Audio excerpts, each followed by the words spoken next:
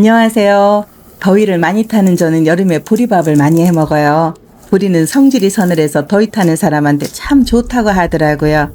소화도 잘 되고 통곡물이라 혈당도 많이 안 오르게 하고 다이어트에도 좋대요. 저는 평소에 보리쌀을 이렇게 물에다 불려놓고 써요. 보리쌀을 팍팍 씻어서 물에 넣고 냉장고에 넣어두면 며칠 동안 까딱 없어요. 중간중간 물만 갈아주면 됩니다. 그런데 오늘은 불린 보리쌀 없을 때 살짝 삶아서 하는 방법 보여드릴게요. 늘보리와 찰보리는 크기에서 차이가 나요. 찰보리는 작고 둥글고 단단하게 생겼고, 겉보리라고 하는 늘보리는 찰보리보다 1.5배 정도 크고 빛깔도 연합니다. 찰보리는 약간 노란빛이 강해요. 찰보리는 쫀득하면서 툭툭 터지는 맛이 있고, 늘보리는 부드러운 식감이 있어요. 여름에는 쌀보다 보리쌀을 더 많이 넣어서 밥을 해 먹어요. 쌀은 거들 뿐입니다. 저 어렸을 때만 해도 보리쌀을 박바가지에 넣고 닦았었어요. 보리에 물을 붓고 손바닥 뒷부분에 힘을 주어 팍팍 뭉갠 다음 물을 붓고 휘휘 저어가며 계속 씻어내면 처음에는 걸쭉하고 거무튀한 물이 나오다가 차차 맑은 뜨물이 나와요. 보리쌀 빛이 맑은 빛이 날 때까지 씻어야 된다고 하더라고요. 요즘은 깨끗하게 손질된 보리가 많아서 옛날만큼 많이 안 씻어도 되는데 그래도 신경 써서 닦은 보리쌀은 맛이 달라요.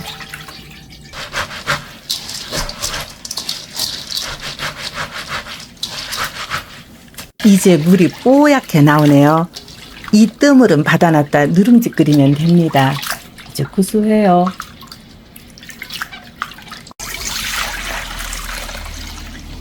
보리쌀은 덜 닦으면 쌀겨 냄새가 나요. 그래서 깨끗이 닦아야 돼요. 바로 씻어서 밥을 해야 될 때는 한 번 삶아서 헹궈야 미끄덩거리는 성분이 없어집니다. 보리쌀에 물을 넉넉하게 붓고 불을 킨 다음 10분 정도 삶으면 겉부분이 살짝 익어서 말갛게 되고 속은 하얀 빛이 남아있어요. 너무 오래 삶을 필요는 없어요. 이건 급할 때 하는 방법이고 저는 깨끗이 씻어서 하루 저녁 푹 불렸다 쓰는 게 제일 맛있더라고요. 보리밥 먹으면 시큼한 냄새 나고 미끌미끌하고 입안에서 굴러다녀서 싫어하는 분들이 있는데 이렇게 하면 보리밥 맛있게 먹을 수 있어요.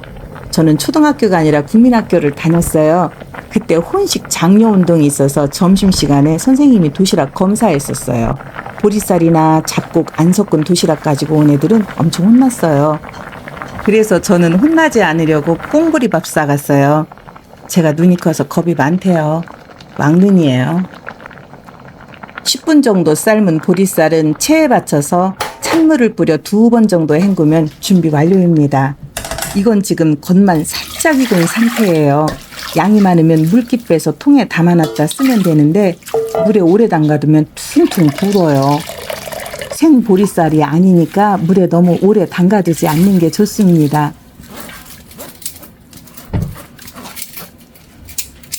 양이 많아요. 반만 덜어서 써야겠습니다. 쌀 한 컵도 씻어서 20분 정도 불렸어요. 전기밥솥에 밥을 할 땐 쌀을 안 불려도 되는데 오늘은 가마솥에 밥할 거라 쌀을 불렸어요. 이 가마솥이 완전 무쇠 가마솥이에요. 3kg 정도 나갑니다. 제 소울메이트예요. 삶은 보리쌀 넣고 불린 쌀 넣고 밥물을 잡아야 하는데 솥단지에 밥을 할 땐 전기압력 밥솥보다 물을 넉넉하게 부어야 해요. 손가락 끈 마디뼈가 살짝 덮일 정도면 되는데 솥밥은 꼬슬꼬슬한 고두밥이 돼도 나중에 고칠 수가 있어요. 물을 조금 더 넣고 뜸을 들이면 되거든요. 솥밥을 할 때는 처음 끓을 때까지는 꼭 지켜서 있어야 돼요. 아차하는 순간 끓어 넘치거든요. 바글바글 끓는 소리가 나네요. 뚜껑을 한번 열어볼게요.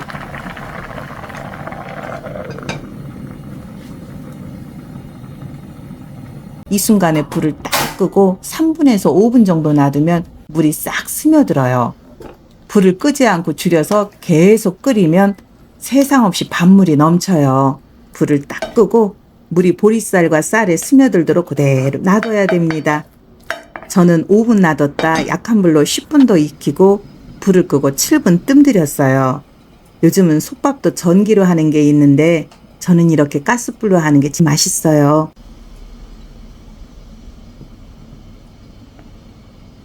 주걱을 물에 담가 놓고 쓰면 주걱에 밥알이 많이 안 붙어요.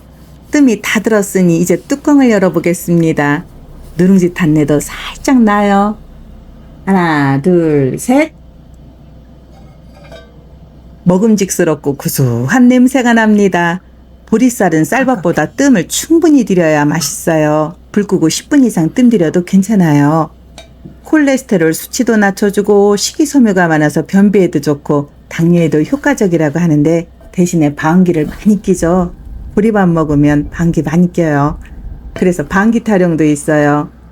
시아버지 방귀, 호령 방귀, 시어머니 방귀, 잔소리 방귀, 동서 방귀, 욕심 방귀, 시누이 방귀, 알랑 방귀, 신랑 방귀, 첩살 방귀. 보리밥하는 이걸 혼자 흥얼거려요. 이 보리밥은 누룽지도 엄청 구수해요. 쌀 누룽지보다 뒷맛도 개운합니다. 누룽지도 맛있게 만드는 방법이 있어요. 밥을 조금 남겨서 골고루 솥바닥에 펴요. 불을 세게 해서 타닥타닥 소리가 날 때까지 가열을 해서 누룽지를 더 맛있게 구워요. 소리가 나면 뜨거울 때 쌀뜨물을 쫙 부으면 됩니다.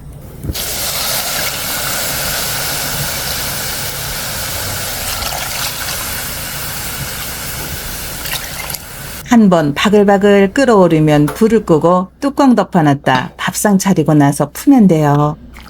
숭늉도 진짜 맛있습니다. 숭늉에 밥을 말아 먹어야 딸이 잘 산다는 우리 속담이 있는데 그래서 저는 누룽지 숭늉에 꼭 밥 한 숟가락을 넣어서 말아 먹어요. 제 딸들 잘 살라고요.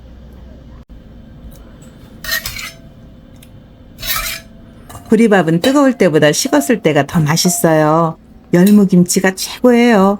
열무김치랑 나물 넣고 고추장 넣어 쓱쓱 비비면 꿀맛입니다. 보리밥은 커다란 양푼에 비벼서 푹 퍼먹어야 제맛이 나는 것 같아요. 자꾸만 지치고 입맛도 떨어지는 여름, 구수한 보리밥으로 소화 잘 되는 식사하세요.